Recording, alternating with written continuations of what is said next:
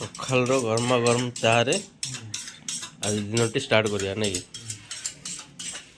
जय जगन्नाथ सांग मैंने आज न्यू ब्लॉग रे आपण मानक स्वागत। वर्तमान समय हूँ सकाल 5:10 तो एक्चुअली आमर इे बहुत ठंडा पड़ी मात्रा रे। तो एक्चुअली आमर गोटे ऑर्डर था तो आज सकाल सकाल कम लगे पड़ी आम चुली लगे पड़ी। तो मुझे बर्तमान आसली मोर भाटिकी आसली कम लगे चलान तो देखो बर्तमान भाटिकी आमर एंट्री कली चलती देखो। तो बर्तमान चुली लगागलानी ये नुआ तेल पका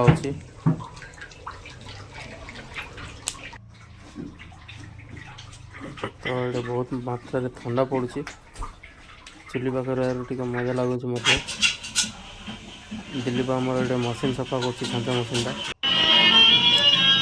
आमर चूना चकड़ा प्रोसेसिंग चलती। तो बर्तमान चूना चकड़ा सरला ये एडजस्ट फैन दिलीप लगे। तो अभी मशीन काम स्टार्ट हम छांच मशीन देखिए माल टी पड़ी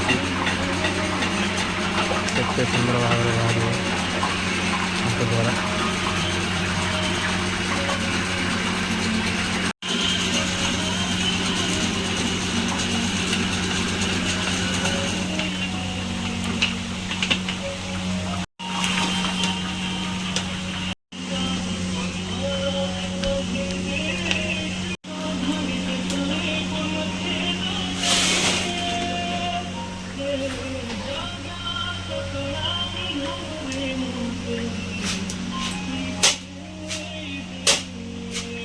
तो वर्तमान अबे उज्जवल हो गलानी देखुवे एम भी बहुत ठंडा लगुच।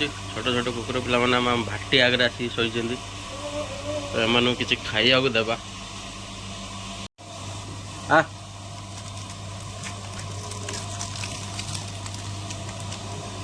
आपको मिल तू खा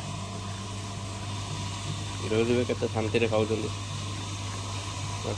बहुत ठंडा लगुच। अखाजा आम घोड़े रखीलु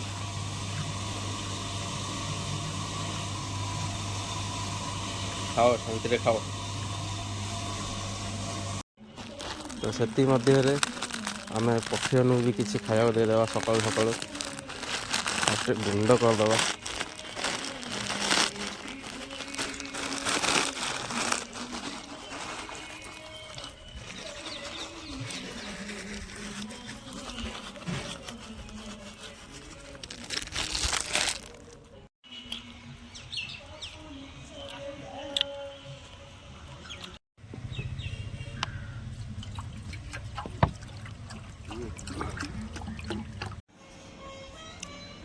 सकाळर सूर्य देवता सुनेली किरण।